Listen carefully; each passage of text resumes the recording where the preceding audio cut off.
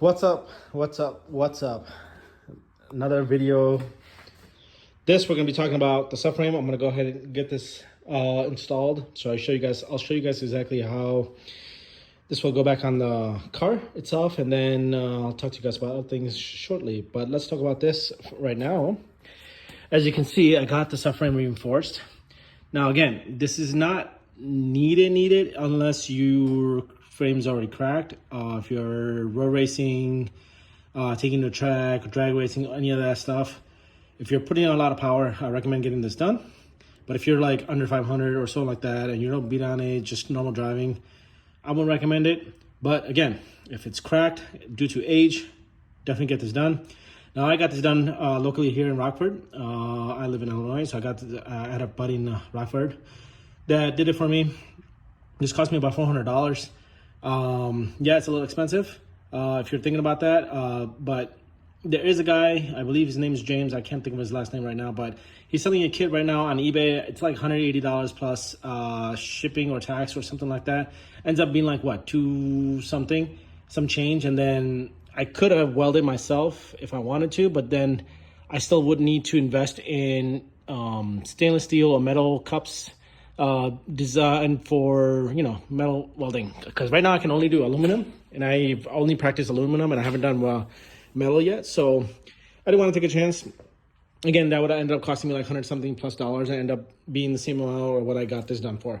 Yeah, I could have learned and gained some experience and knowledge on it, but I just didn't have the time to do any of that and play around with experimenting on my own stuff right now at the moment. That's gonna come down the road when I'm ready. So yeah, this cost me $400. The kit, I believe, James selling on eBay is basically identical to what I got done.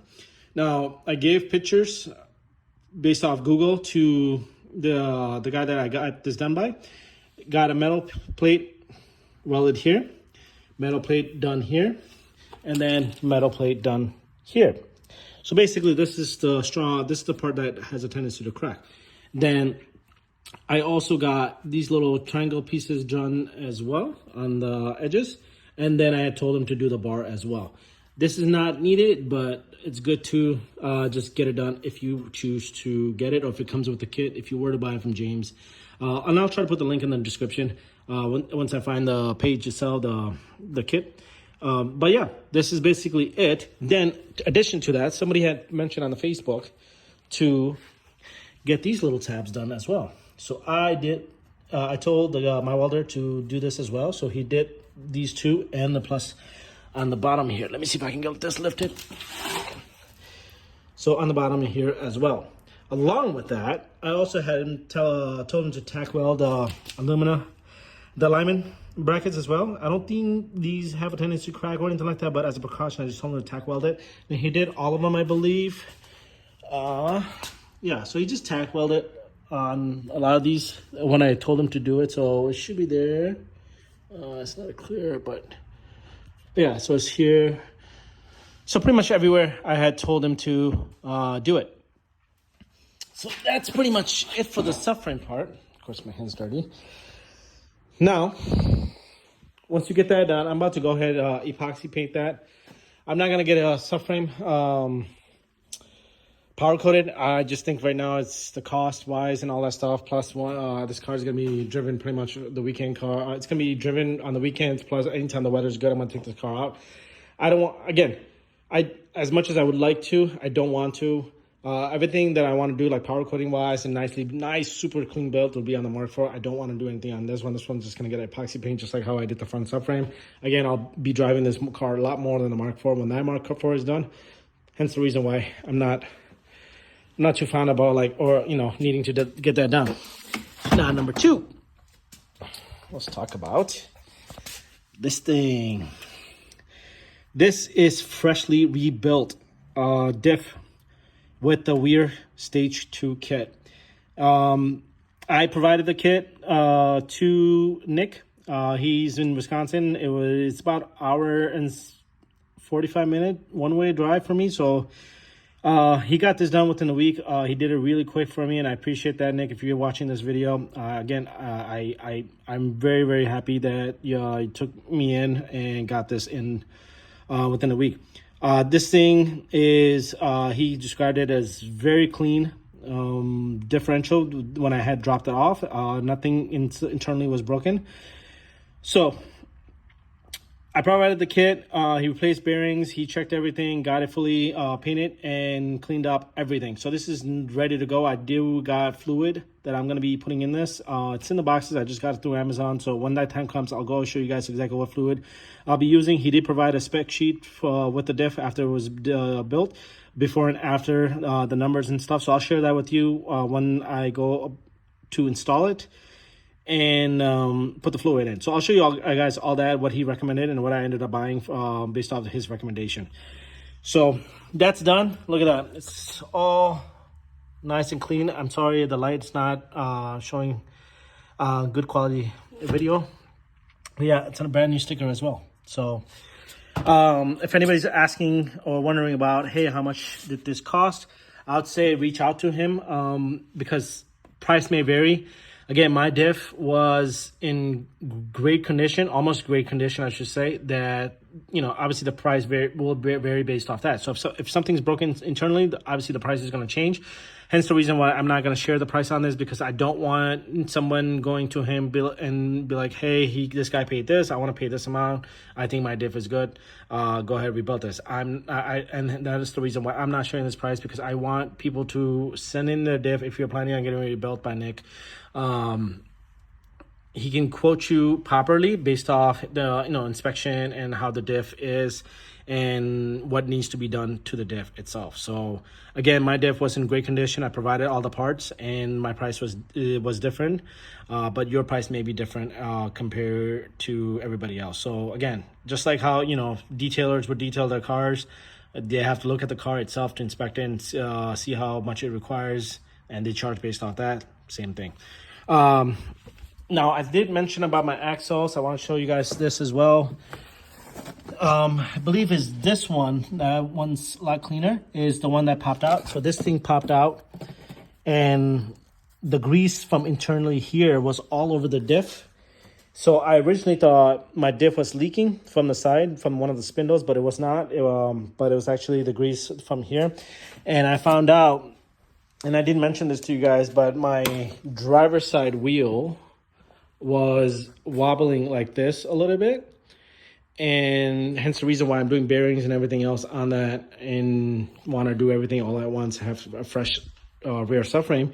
Found out that that's the reason why that cap came off, because when I had asked the shop, when they looked at it, inspected and cleaned up everything, both the axles, and then put that cap back on there, is the reason why they do come out is that if there's moving side to side often like this, and obviously from vibration and stuff like that, the cap will come out, and that's the reason why that came out. So it made sense, because I know this side, the wheel was wobbling a little bit, very slightly, and I noticed that when I had the car on quick jacks and I put it in gear and I noticed the wheel was doing this. So I know, and the wheel was brand new, so it's not the rim or the rim itself. I do know that's the bearing that's bad on that. So I will be showing you guys how to do bearings on this. I try to find nice videos online to see if anybody already done it. There are people with videos. They don't explain in depth. So I will be doing an in-depth video on the installation of bearings and stuff. So I already start taking this apart. Because I've never done it myself, so this will be the first one I'll do, and then once I get this one, I'll show you exactly how to do step by step. On that one, I ended up buying what is that, a hydraulic press. I ended up buying for $120, a 12-ton. I think that's plenty enough for what I need to do. So I'm gonna work on this sometime this week, but my main goal is to get this ready and on the car. And then once that's done, I'll get the diff on, and then we'll work on everything else, start installing the control arms, and then I'll talk to you guys about a nice thing that I bought, an upper control arm on this car. So stay tuned. All right, guys, so I got the subframe painted. I use epoxy paint, like I mentioned. It's not the greatest, but I just ended up just spraying the shit out of it. Sunspots, it came out pretty good. Sunspot, I just didn't really care. As for the bushings, if anybody's questioning exactly what those are, brand-wise and stuff, this is a Ronnie Kit. Ronnie K, I believe. He was on Subframe Mania. I don't know if he's still making these kit. Bought this years ago. And it's been sitting on my shelf, so I had to mallet these guys in. To install these, you do have to use a mallet. The flat surface part of it goes up, and then, let me see if I can do this with one hand. Guess not. All right, hold on.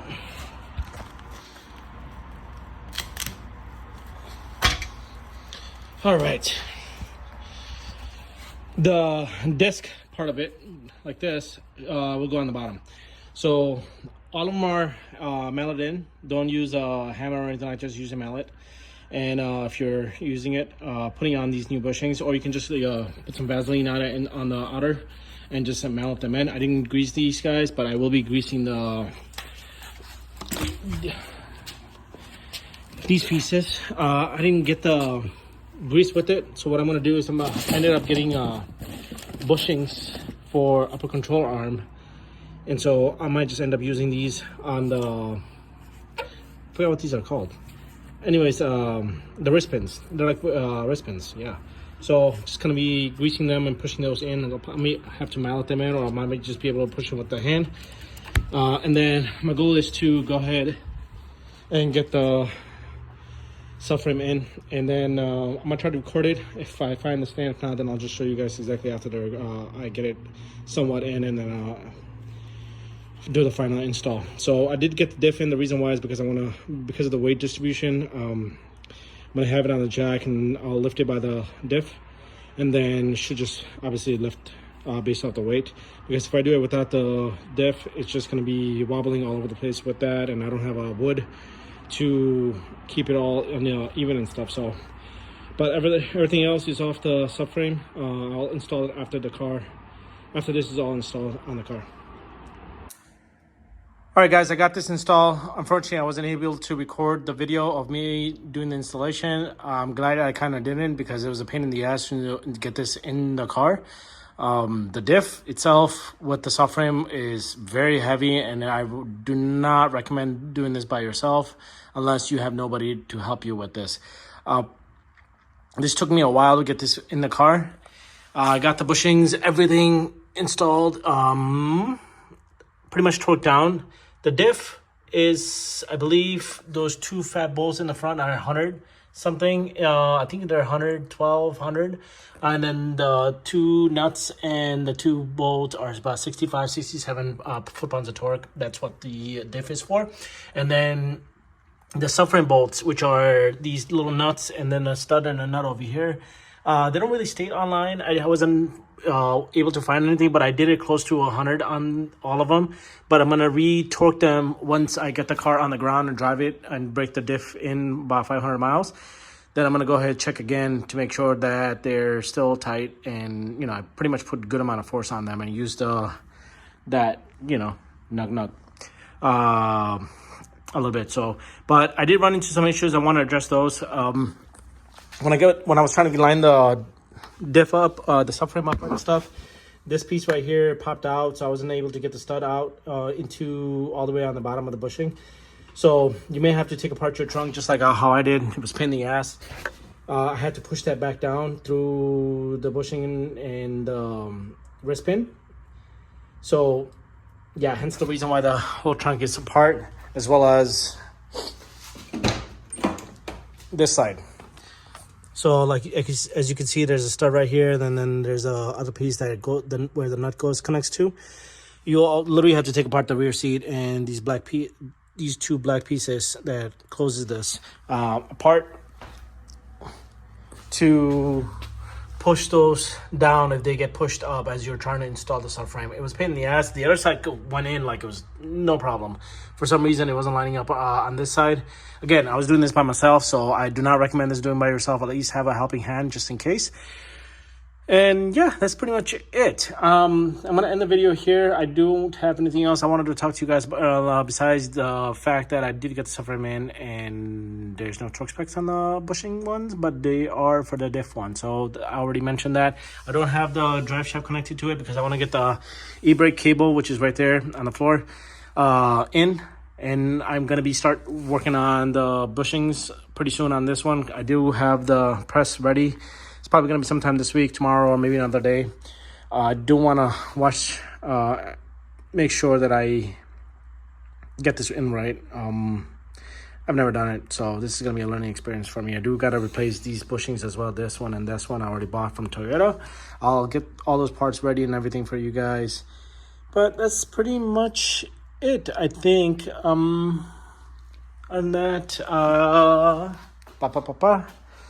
yeah, that's pretty much it. I gotta take apart the interior a little bit and get some of these pieces in. It's a mess here. I didn't realize with the sub and everything, and this thing weighs all with the carpet and everything, it weighs a good amount. So I gotta start putting those pieces in and get the interior in, and then I'll record step by step after I complete one of them. I'll show you guys exactly how to do that step by step. Rear bearings with the seals and everything. So stay tuned for that. And then upper control arm, I'll talk to you guys about that. Bought a brand new one from Agile Performance. I think they're out of New Zealand. They're like $600 something. They were expensive. I did not want to use the factory one because there's a lot of play, and I didn't want to. Well, I did initially wanted to do the poor man's mod, basically do a grease fitting and grease it up, but there's too much play, and with all this money being spent on this, I don't want to, look past the upper control arm. So I just spent the money, peace of mind, because I spent the money on the diff as well. So again, gonna do this once, and once all this goes back on the car, it's never gonna come out. Crossing fingers. So yeah. So on that note, guys, thanks for watching. I know I didn't do any technical videos as in show you guys how I installed it. Just I don't have my proper stand. I don't know where it is, but I did explain somewhat here and there. So hope you enjoy the video. I swear, I promise, I will do a step-by-step video on those bearings for you guys in detail, how I did it after I do one by myself, off video. So yeah, thanks for watching, guys. Have a good one.